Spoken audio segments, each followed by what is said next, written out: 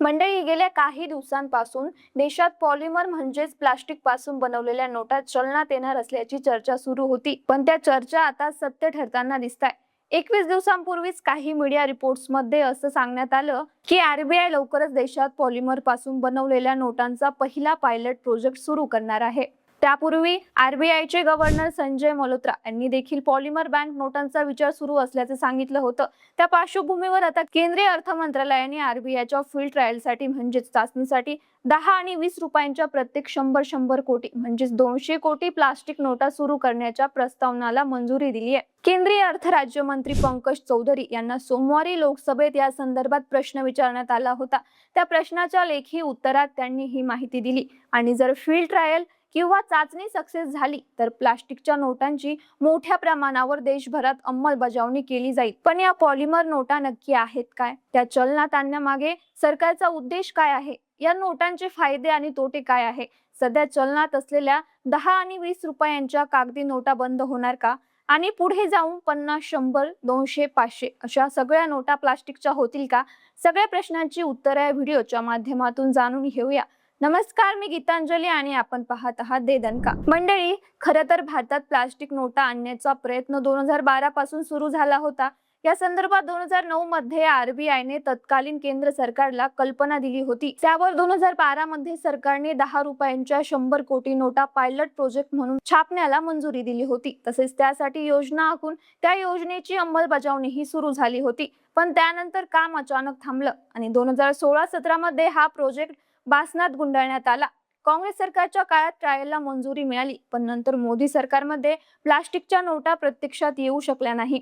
दरम्यान आता मोदी सरकारनेच 10 आणि 20 रुपयांच्या प्रत्येकी 100 कोटी प्लास्टिक नोटांच्या फील्ड ट्रायलला मंजुरी दिली आहे. भारतीय हवामानात ह्या नोटा किती टिकतात आणि गुणवत्ता कशी राहते यांचं मूल्यमापन करण्यासाठी आरबीआयने या नोटा चाचणी तत्वावर सुरू करण्याचा प्रस्ताव ठेवलाय. आता ही चाचणी किंवा प्रयोग यशस्वी झाला तर आरबीआय 10 आणि 20 रुपयांच्या दोन्ही नोटा नियमितपणे जारी करेल. मंडळी, सध्या चलनात असलेल्या कागदी नोटा या कापूस आणि सुती धाग्यांच्या मिश्रणापासून बनवल्या जातात. पण पॉलिमर नोट ही पॉलिप्रॉपिलन नावाच्या टिकाऊ प्लास्टिक पदार्थापासून बनवली जाते. या नोटा सामान्य कागदी नोटांच्या तुलनेत अधिक मजबूत असतात.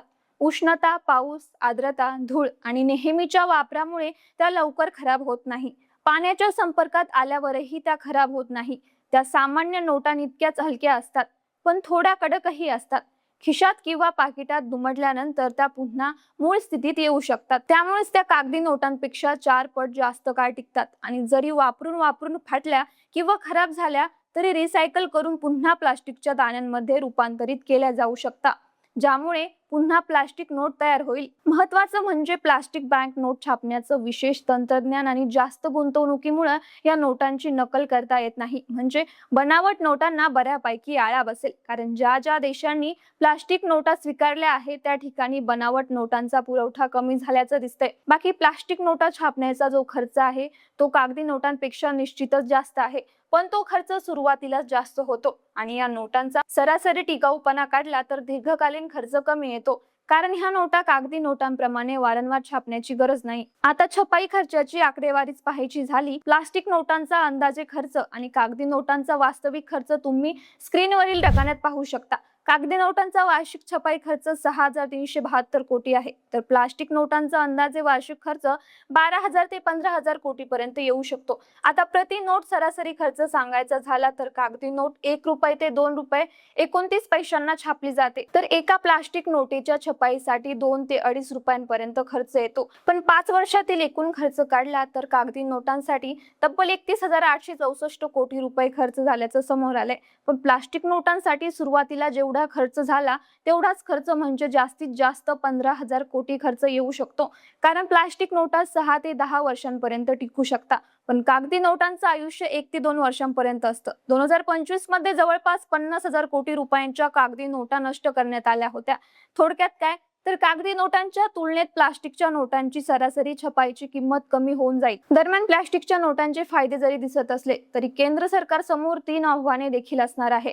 अर्थात या नोटांमुळे थेट कोणताही मोठा तोटा होणार नाही, पण प्लास्टिक नोटा छपाईसाठी जो सुरुवातीला खर्च आहे तो जास्त आहे, कारण ही नोट तयार करण्यासाठी सुरुवातीला पायाभूत सुविधा निर्माण करणं गरजेचं आहे आणि यासाठी खूप गुंतवणूक करावी लागते. ऑस्ट्रेलियातील CCL सिक्युअर आणि ब्रिटनमधील डिलारू यासारख्या काही निवडक कंपन्या जगात पॉलिमर प्लास्टिकच्या नोटा बनवतात. त्यामुळे भारताला त्यांच्याशी करार करावा लागेल.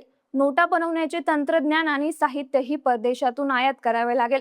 अर्थात भारत सरकारने ही तयारी चालू केली आहे. पण याशिवाय प्लास्टिक नोट ज्या पॉलिप्रोपिलन पदार्थापासून बनवली जाते ते पॉलिप्रोपिलन पेट्रोलियम आणि नैसर्गिक वायूपासून बनवले जाते, जे सगळं आपण आयात करतो. गेल्या काही दिवसात मध्य पूर्वेतील संघर्षामुळे जगभरात तेलाचं संकट निर्माण झाले.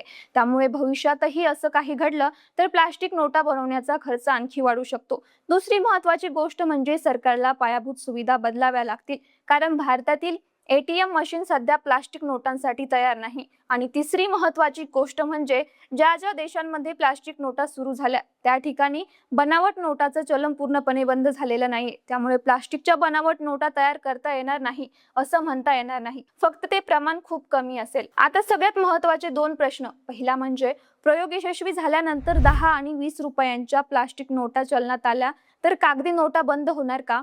तर केंद्र सरकारने संसदेत स्पष्टपणे सांगितलं की 10 आणि 20 रुपयांच्या कागदी नोटा पूर्णपणे बंद करण्याचा किंवा सर्व नोटांच्या जागी प्लास्टिक नोटा आणण्याचा कोणताही प्रस्ताव सध्या नाही. प्लास्टिक आणि कागदी या दोन्ही नोटा बाजारात एकाच वेळी चलनात राहतील.